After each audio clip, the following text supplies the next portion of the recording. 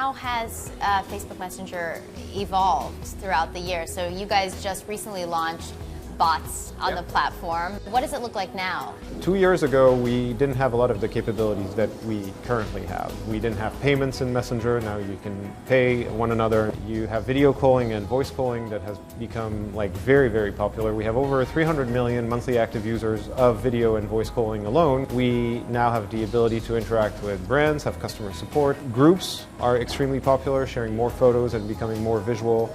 And we're continuing to innovate around real-time communications as well. Going specifically to bots, I mean, you guys gave companies the ability to build bots for Messenger. Explain the decision to do that. Yeah, it's really hard for large companies to serve their customers well on the phone or over email or on a website.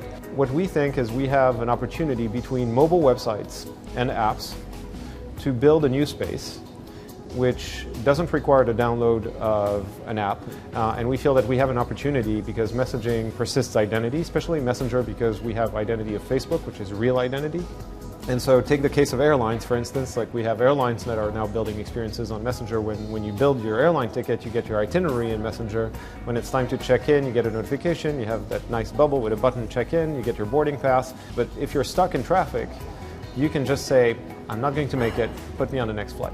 And the idea of like not having to identify yourself, but having the ability to interact with all of the brands and services without having to reestablish context every single time is a game changer for people and for businesses alike. A bot is a little more personal than an ad, right? Yeah. Because an ad you see, but a bot speaking to you, and it's in your inbox, and it's in your Messenger. So how do you balance not being like an annoying bot / ad and also being effective and communicative? Well, the first important thing to know is you're in control, because no brand, no bot can message you unless you start messaging it. You can block messages, you can report spam, you can block sponsored messages, and we have also very strict rules for businesses not to contact you after a 24-hour period.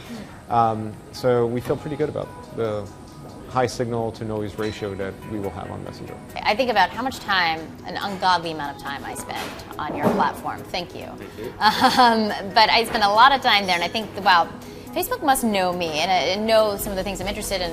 What role will, say, artificial intelligence play in the messaging platform down the road? Well, it's a very important role because first we need to enable machines to understand intent from natural language a lot better. The services that we now power for airlines, for luxury brands, for all kinds of different services are powered by AI to some extent because we help them to extract intent from conversation and as a result automate a lot of those interactions.